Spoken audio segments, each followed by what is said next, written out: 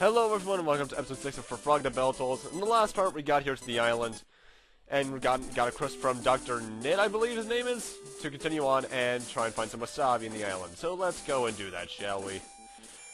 Now throughout the majority of the surface of the island you'll be fighting these little Octorok rip-offs, which don't really do much. And in these little underground holes, the exit is always in the opposite corner of where you enter, yeah. If you're looking for it, that's the answer.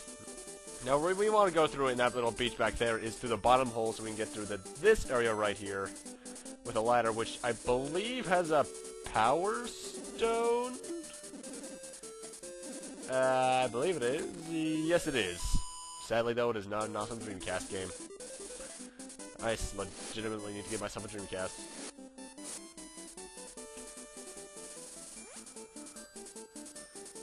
Now these turtles are similar to the spiky snails in that when they're flying around in their shell. You cannot hurt them, but they can hurt you. Very easily so, in fact.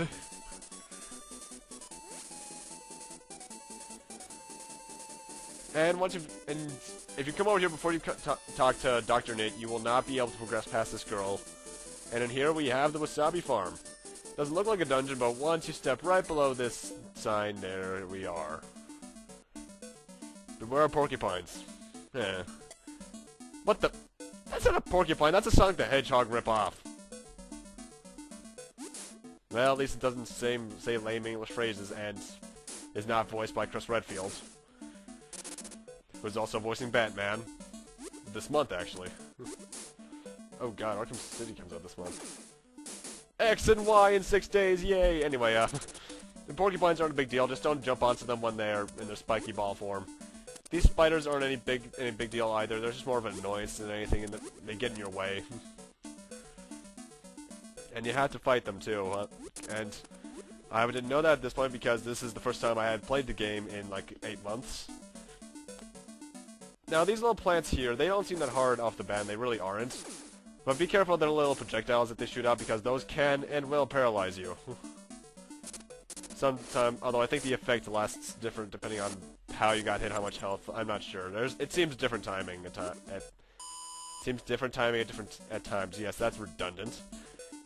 How long it lasts seems to vary.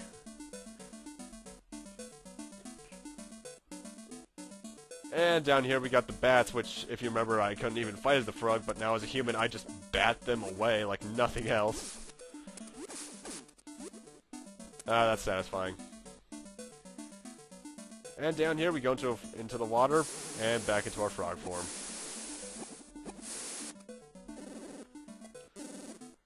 Now, what he tells you there is that you can only defeat the monster by striking the tail. I do believe that this next boss is actually a Zelda reference of itself due to the Mold Orb, but we'll get to that once we actually get to the boss. Now, as you might notice, I am very, very low on health at this point. So what I'm actually going to be doing is, as you saw, there's 2 slugs on this next screen.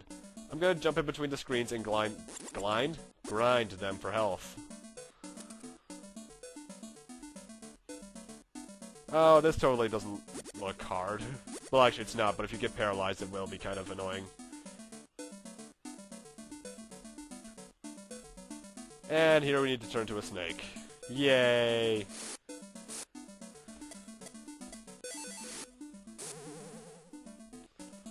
And you need to turn both these guys into blocks. Which, yeah, that's pretty much it, just turn them into blocks. Oh, one thing I just remember that's rather annoying is that you can actually, for some reason, not turn back into a human when you're kneeling down as a snake. I mean, if you're in the small pathways, that makes sense. Well, if you have free room above you like we are right now, we should be able to do it. That's just a programming limitation, though, more than likely. Anyway, you want to push this bottom one down first. And push it so that half of it is still on the ground that we're on right now, but half of it is off. And then push this one on top of that one. And make sure you go to the top exits. Over to the left. Because if you go to the bottom one, you're going to have to come back here and do all that all over again. Which isn't fun. And I did that completely by accident. Whoops! And here we got a life stone. So now we have 9 hearts? More like, no wait, 10, actually.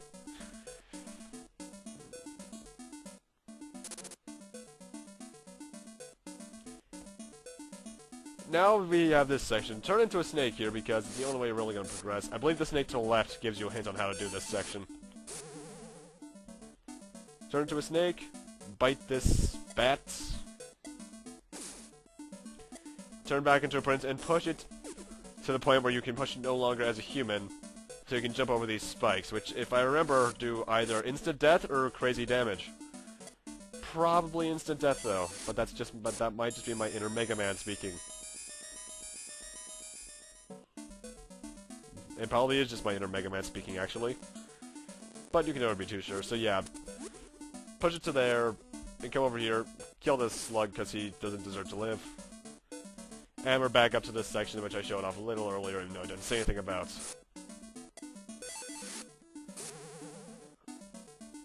Let's crouch on down.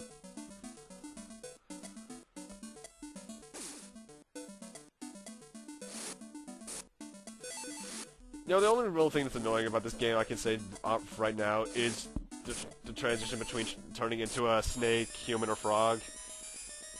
Because it just takes longer than it should. It should just be like a quick flash and you're done, but... cinematic purposes, I suppose. Now this jump can be kind of tricky. Jump up and hope to God you climb up, get 50 nuts, and then continue on to the left. That can be extremely hard to make at times, for some reason. Ha!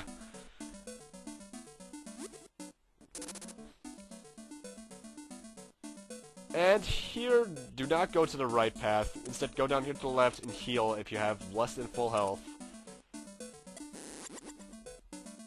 And go down the middle path. Going down the right path sends you in a loop and you have to come back to here again, which isn't fun. Wasabi field. Ah, Kroken. Coming to take out Wasabi, you guys never learn. Come here, giant centipede. Oh god, it's a Moldorm from Zelda. And exactly like the Moldorm, like I said earlier, the tail is the only place you can hit it. Otherwise, you're kind of screwed. But thankfully, this guy is nowhere near as annoying as a Moldorm because it can't knock you down to a different floor. And make sure you have 10 hearts by this point. I believe that's 10. It looks to be 10. Because otherwise, you're not going to live through this fight, because you will only live with 1 heart at my level. And he slowly explodes. And we defeated the giant centipede. Booyah! And got some wasabi! Curses, you'll pay for this.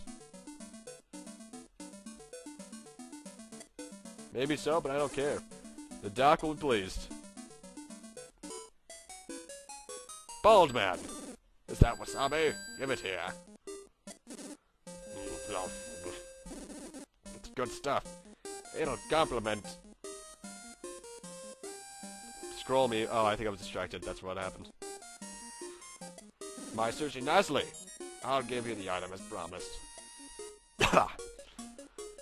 And with that, once we get this item, we're pretty much done here on this island for the rest of the game, I believe. Wait. Yeah, I believe we are. Wait. No, there might be one other thing. You're doing a great job. Let us through, okay? Oh, Dr. Nit, who's that with you? Just a friend of mine. Understood.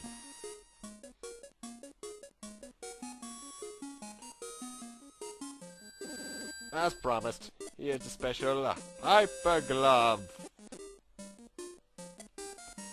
Looks just like a work glove to me.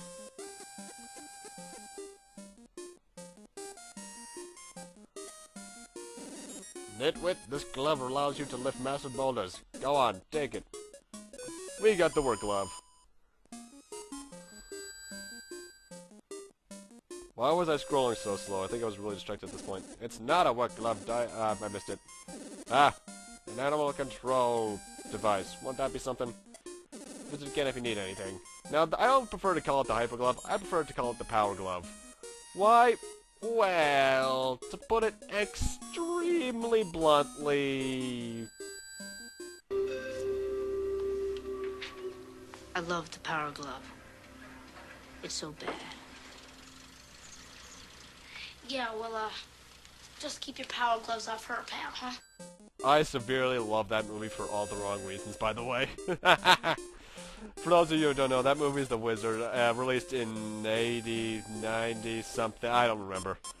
It's pretty much the biggest commercial for a video game ever, because the punchline in the end is Mario Bros. 3. It's got Fred Savage in it, so if you Savage fangirls can at least go check it out. Yeah, but with that, we're done here on the island. We got the power glove, so let's head on back to the place with the gigantic boulder now, shall we? I hate how the music restarts when it does that, by the way. Or not really restarts, but it has the exact same starting tune, so I just can't... Yeah, I'm just being crazy, probably. I made no sense those past, like, 10 seconds. Anyway, one thing I haven't shown off by this point is that if you go into the hospitals in any town, you can heal any amount of hearts that you want up for 2 coins each. So that's a quick little healing option. Now let's head back to the guy with the wine that we met in episode 2 back. Because he actually has it ready for us now. If I would move down and talk to him. Thank you. And his new wine is finished, and he calls it Premier Neveu. And unlike the normal wine, this will be 6 hearts instead of 4. So it's a better healing item available in pretty much all stores. So yeah, we got that little side quest out of the way. Let's head on back to where that boulder was, which is to the right and double up, I believe? Yeah, it is. Oh, so I got distracted. And now I can push the gigantic boulders. We're a man, damn it! Man, is it cold. Frogs and snakes would freeze out here. I forget if that's actually saying that you really can't use frog and snake in here. It's been a while, like I said before.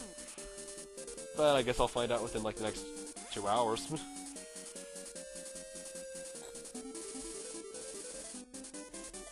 To the north, there's the ice cavern, but to the right, it's the Eskimo village, which is where we want to go at this point.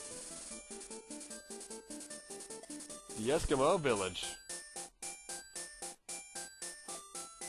This song that I don't actually like that much because it's annoying. And talking through this to all the citizens here, we learned that the only way to get to the mine that we want to go to get the gold, is by traveling through the ice cavern. I'm not looking forward to that, because that's just because ice physics! Wait, are there ice physics? I forget. There's a random dog here too, by the way. And somehow our news is spreading across the world at an alarming rate. Not sure how that's happening, but it is. And apparently the only shop in town is run by Riding Hood. And there's the shop right there, actually, but I'm gonna talk to everyone for some reason. I guess I'm just having Star Tropics syndrome, rather. Where you have to talk to everyone to proceed. Ugh, that is annoying in Star Tropics.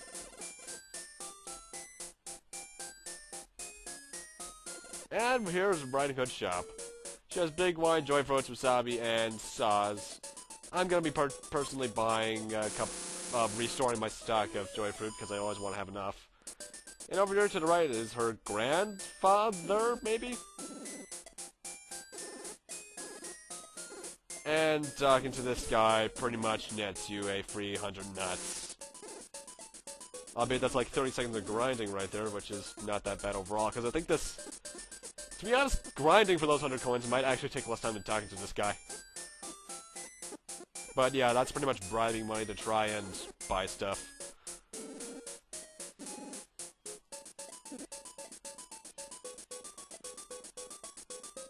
Alrighty, well that was weird, wasn't it?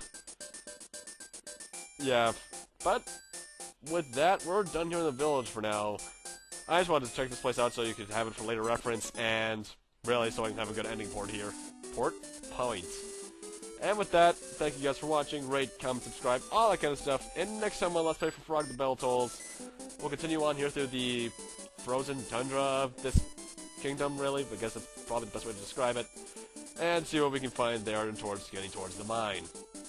Did I say towards not last sentence? That's probably redundant. See you guys then.